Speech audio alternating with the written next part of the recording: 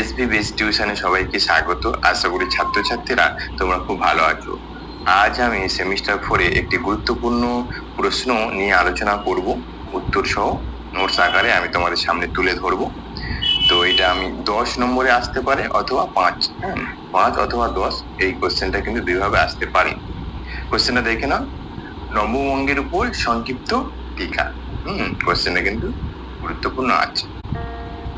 বাংলার সামাজিক ও সাংস্কৃতিক ইতিহাসে হিন্দু কলেজের 22 বছর বয়স্ক তরুণ শিক্ষক পর্তুগিজ বংশোদ্ভূত হেনরি লুই ভিভিয়ান ডিরোজিও এক অতি উল্লেখযোগ্য নাম। তার নেতৃত্বে কিছু আশীর্বাদী তরুণ হিন্দু ধর্ম ও সমাজের উপর সকল শ্রদ্ধা হারিয়ে পাশ্চাত্যের অন্ধ অনুকরণের মাধ্যমে দেশের এক চরমপন্থী মতাদর্শ প্রচার করতে থাকে। তারুণ্যের তেজে উদ্দীপ্ত এই আন্দোলনের ফলে হিন্দু ধর্ম ও সমাজের ভিত কেঁপে ওঠে। এই আন্দোলন নববঙ্গ আন্দোলন বা ইয়ং বেঙ্গল মুভমেন্ট নামে পরিচিত। নেক্সট পয়েন্ট, শিক্ষক ডিরোজিও। এই আন্দোলনে প্রাণপুরুষ ডিরোজিও জন্ম 1809 খ্রিস্টাব্দের কলকাতার এন্টারি অঞ্চলে এক ইয়ং পর্তুগিজ পরিবারে। কবি যুক্তিবাদী স্বাধীন চিন্তার পূজারী ডেভিড ডামডের ধর্মতলা একাডেমিতে তিনি শিক্ষা লাভ করেন। ডিরোজিও উপর তার প্রভাব ছিল অসামান্য।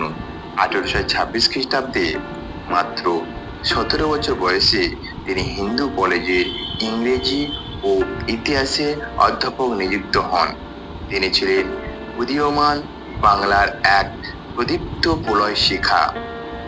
জাতীয়তার মন্ত্রগুরু রাজা রামমোহন ভারতের যে মহাযজ্ঞের সূচনা করেন তিনি তাতে গীতায়িত দেন।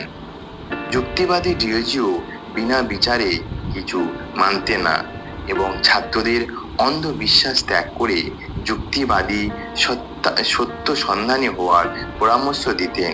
তিনি ছিলেন ছাত্রদের বন্ধু পথপ্রদর্শক। এই জন্মগ্রহণ করেও তিনি মনে প্রাণে ভারতীয় ছিলেন। সম্ভবত ডিরোজিও এই আধুনিক ভারতবর্ষে প্রথম জাতীয়তাবাদী কবি। তার রচিত ফকির অফ জঙ্গিরা ও স্বদেশের প্রতি কবিতায় দেশাত্মবোধে ফুটে উঠেছে। তিনি ও তার অনুগামীরা মাতৃভূমি ভারতবর্ষকে গভীরভাবে ভালোবাসলেও ভারতীয় সভ্যতা ও সংস্কৃতিতে একান্তভাবে গ্রহণ করতে পারেনি। তাদের কালাপাহাড়ি মনোভাবের জন্য দেশবাসী তাদের গ্রহণ করেনি। ডিরোজিওর মৃত্যুতে তার আদর্শ লুপ্ত হয়নি। তিনি স্বদেশ প্রেমের উদ্বুদ্ধ ইয়ং বেঙ্গল নামে এক দল অনুগামী রেখে যান। ভারতীয় নবজাগরণে ইতিহাসে তারা সকলে বিশিষ্ট স্থানাধিকারী। তাদের মধ্যে কৃষ্ণমোহন বন্দ্যোপাধ্যায়, রামগোপাল ঘোষ, প্যারীচাঁদ মিত্র, রামতনু লাহিড়ী বিশেষভাবে উল্লেখযোগ্য। তারা খ্রিস্টান পাদ্রীদের গোলামি, স্ত্রী পুরুষের অসমানাধিকার, দাস প্রথা, নারী নির্যাতন, সংবাদপত্রে নিয়ন্ত্রণ বিধি, মরিশাসে ভারতীয় কুলি প্রেরণ, ভারতীয় বিচার পুলিশ ব্যবস্থা বেগার খাটানো, একচেটিয়া বাণিজ্যাধিকার, চিরস্থায়ী বন্দোবস্ত এবং অন্যান্য সামাজিক, ধর্মীয়, রাষ্ট্রীয়, অর্থনৈতিক কুসংস্কার ও অন্যায়ের বিরুদ্ধে প্রতিবাদ জানান। ব্যর্থতা। এই আন্দোলনের ব্যর্থতা নানা কারণ ছিল। তাদের কোনো সংগঠন কর্মসূচি ছিল না। তাদের সব চিন্তাধারা ছিল নেতিবাচক। তারা যে কি চান তারই তারা ঠিকমতো জানতেন না।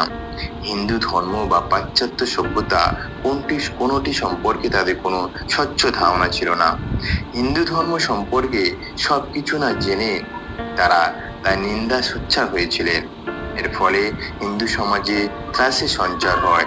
এই আন্দোলনে পাশ্চাত্যে কোনো জনসমর্থন ছিল না। এই আন্দোলন কিছু শহরের তরুণ বুদ্ধিজীবীরা মধ্যে সীমাবদ্ধ ছিল।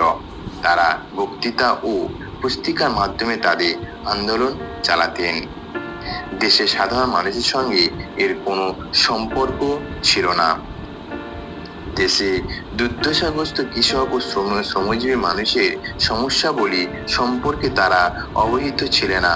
চিরস্থায়ী বন্দোবস্ত প্রবর্তন বা কুটির শিল্পে ধ্বংসের ফলে সৃষ্ট শোচনীয় আর্থিক দুর্দশা থেকে তাদের মুক্ত করার কোনো পরিকল্পনা তারা গ্রহণ করেনি। মুসলিম সমাজের সঙ্গে এদের কোনো সম্পর্ক ছিল না। উপসংহার দেখে নাও। ডিরোজিও তার অনুগামীদের কাজকর্মের মূল্যায়ন সম্পর্কে সমকাল ও পরবর্তীকালে নানা মত পার্থক্য দেখা গেছে। অনেকে তাদের সম্পর্কে উচ্ছৃঙ্খল, কালাপাহাড়, সমাজ বিচ্ছিন্ন, উগ্র গোষ্ঠী প্রভৃতি মন্তব্য করেছেন। আবার অনেকে তাদের মধ্যে দেখেছেন নবজাগরণে উষা লগ্ন। কিশোরীচাঁদ মিত্র তাদের কাঞ্চনজঙ্ঘার চূড়ার সঙ্গে তুলনা করেছেন। তাদের মতে এদের মধ্যে প্রথম পাশ্চাত্য সভ্যতা আদর্শের সূর্যালোক প্রতিফলিত হয়েছিল। কৃষ্ণদাস পাল তাদের দেশের ভবিষ্যৎ বলে অভিহিত করেন। অনেকে বলেন যে তারা হলেন হঠাৎ আলোর ঝলক, এক প্রজন্মে তাদের সব শেষ, তাদের কোনো পিতা এবং সন্তান সন্ততি নেই।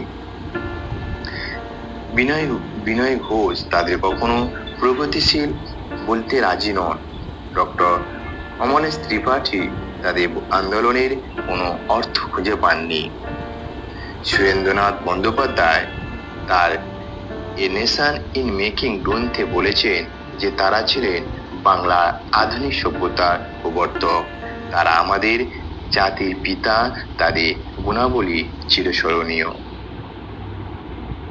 ভিডিওটা কেমন লাগলো অবশ্যই বন্ধু বান্ধবের শেয়ার করো।